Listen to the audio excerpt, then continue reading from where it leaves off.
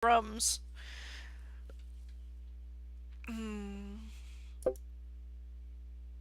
We managed to stay awake the whole time. Well, I know I did.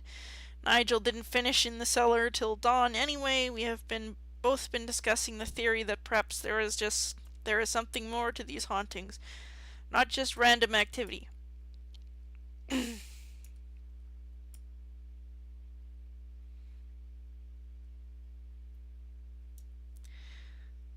This does nothing, by the way. I think this whole thing is just, yeah. There are many places that have strong links with supernatural activity, such as Pluckley in Kent, long been held as the most haunted village in the UK. Something new. Shadows. I know how odd that sounds, but that's all I can describe it as, like a moving shadow, a piece of, well, darkness. Some migrating periods. Just a fragment of darkness. Saw one first on cam 5. Seemed to shift across the wall, down onto the floor, then up through the ceiling. Just 2 floors down from here. Everything is 2 floors down from here. Isn't it? So I took a walk around. Mr. Crowhurst has been taken to sleeping in the old waiting room. Must be freezing. I could see through the corrugated iron. We were informed that this train line is long since abandoned. Well, I'm sure I heard the whistle of a steam train in the distance. Perhaps the place is not only haunted by previous occupants, but is itself haunted. Every brick, tile, and pane of glass. Pane is the right word. It's possible that the memories of those that once existed could actually sustain the environment that they lived in to a sizable degree. The experimental Radivision goggles may provide some answers. Oh god. On my own again. Nigel's back in the cellar. Seems to like cold, dank, dark places. No comment. So far I have been researching our finds. There are other recorded instances of shadows, though they are mostly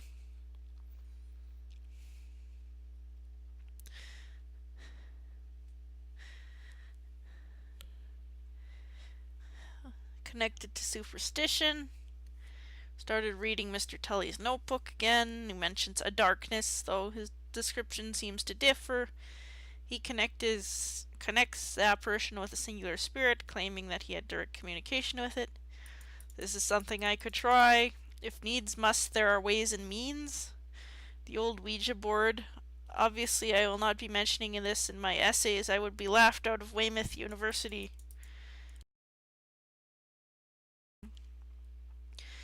Oh, what does it take to get laughed out of your alternative science degree in specializing in ghost hunting? I set up the Ouija in the attic, didn't have any luck, but that place sure chilled me a bit, scared me. No way, it was just freezing up there. Why did you write it down then?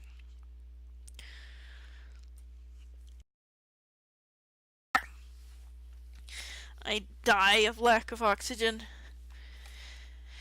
Nigel's still down in that cellar. Might give him a call on the mobile. Something we are not supposed to do. Disturbed electromagnetic activity, you see. Speaking of which, the cams have all reset. It's not really a problem. I just have to pick up the individual wavelengths manually. Via plan of the station and hotel I've imported into the software. Pinpointing each camera allows me to view its data.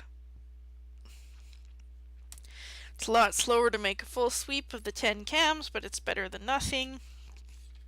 We have been discussing our night. Nigel thinks the foundation and timbers of the cellar are part of a much older building. The bulk of the hotel was built around 1880 onwards. The cellar, however, has architectural motifs and construction methods dating back as far as the 17th century. All is quiet on the cams. Sucking. Yes, yes, yes! 1, 3, 3, 4. We got it, 2. Well, I mean, we haven't actually got it, but it's recorded on the digitape. What is on digitape? Is this actually a term people ever used for digital cameras? Cam 7 activated at 15 minutes after midnight, and there it was. It really freaked us out. Not very scientific, I know. Activity has been strong and consistent since we arrived, but nothing like this. We have watched and re-watched the footage for over an hour. We are no closer to working out what it is. There's no fixed shape or mass. I will email it to Henry Cuddle in a moment. Could be a natural phenomenon, or dare I say it, a fault with the cameras. No, that's just silly. It's positively supernatural. No reason to be silly, right? Nothing anyone says will change my mind on that. Okay.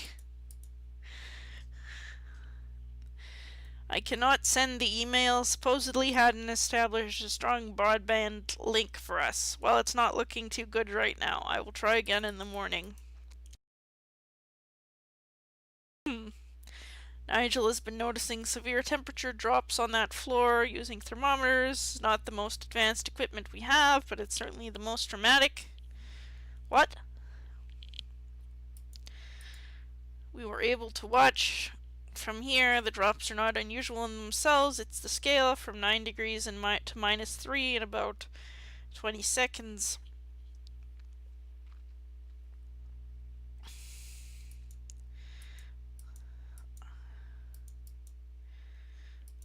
Oral activity now.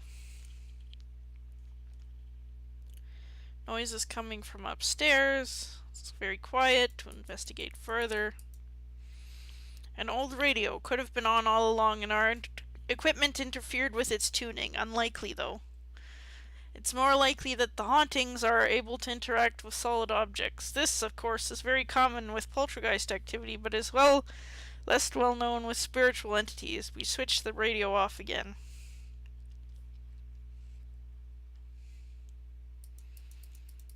Quiet now on all fronts. Time for bed. Nigel can, though, snoring away. I have been thinking about that shadow and what relationship it has to the hotel. The hauntings here are connected to the 1947 disappearances. How did you figure that out? Is it because the people who turned up and said in clear words that the hauntings were connected to the 1947 disappearances, like happened with us? But there was never any proof. The fact that tonight's activity, oh, of course, now we have proof. Perhaps even own them. I'll try again with the Ouija board tomorrow. What happened to those people? Was it murder? So where are the bodies? Nothing was ever found, from what the Crabtree family have told me. George Crabtree wasn't the murdering kind. He went slightly mad in the end, but they put that down to him losing his best friend in World War II. Where are they? The sun is coming up now. There's a glow on the horizon. It's going to be a bright sunny spring day. Shame we'll not be able to enjoy it. My eyes are closing. Oh. Weird thing to write.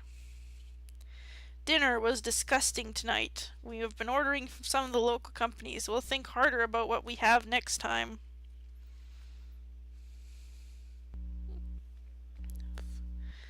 Fucking...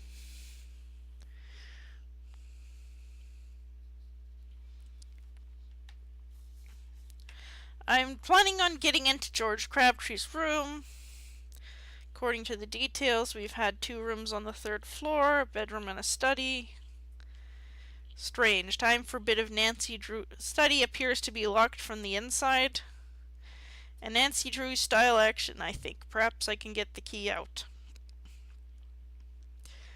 I've learned that there were other hauntings here, even in George Crabtree's time. Maybe he knew about them, or even investigated them.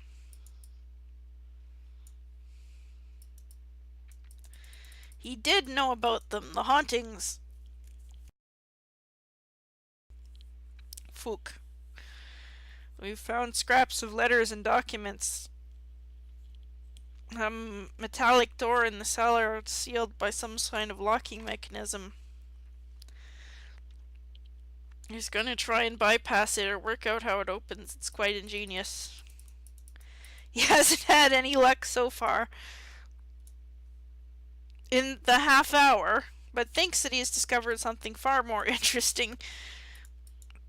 Obviously, he's keeping it to himself so that he can show off later. What a mong. He came running up here later, fiddled with the settings for the thermo scanner, and then said, "That's it, I knew it would be somewhere there," then ran off back downstairs again. I hope he doesn't keep it to himself for long. That sounds like something he'd do.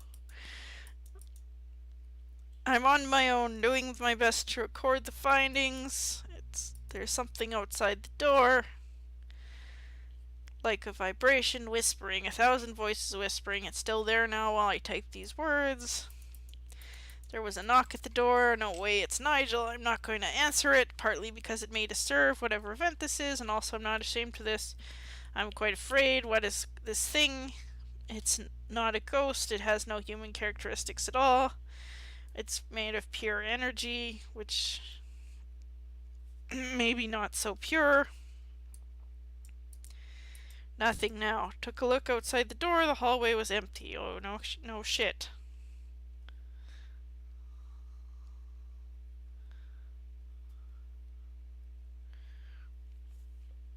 Nigel's back. He managed to open the door. Crabtree did know about the ghost. The room held conclusive proof. We will need to do a bit of shopping tomorrow, I thought. The thing, the darkness, is conscious of us. I knew it was in this room. I will keep the knowledge to myself. It's been tampering with the lights. The electricity is bad enough at the best of times. The lights have been dimming and flaring all night. They walked past the door en route to the bathroom. Presence in the kitchen area. Heard someone in the kitchen. Female, strong Dorset accent. She just said, "Who are you?" It was so abrupt and straightforward I would swear she was talking to me. I didn't answer. Perhaps I should have. I can hear music again, not the radio, too old-fashioned. It's a record player, the needle is jumping.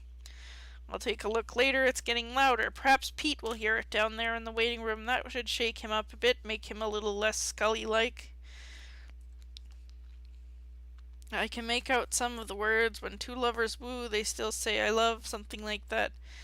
As time goes by or something romantic. I'm not sure I have ever heard of a ghost that has feelings. It's kind of reassuring though, not sure why.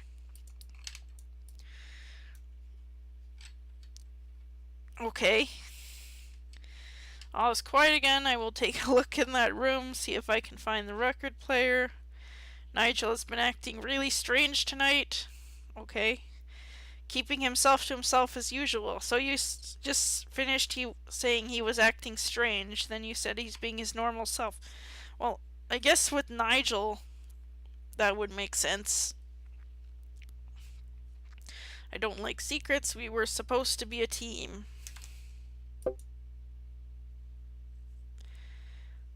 I wanted to catch Pete before he settled in for the night. I had a lot of questions for him. I told him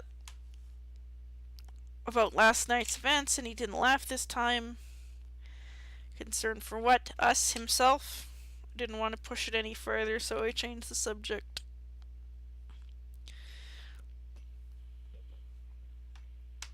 Ah, fuck. I'm gonna go grab some water to drink. My voice is failing me. So I'll be right back.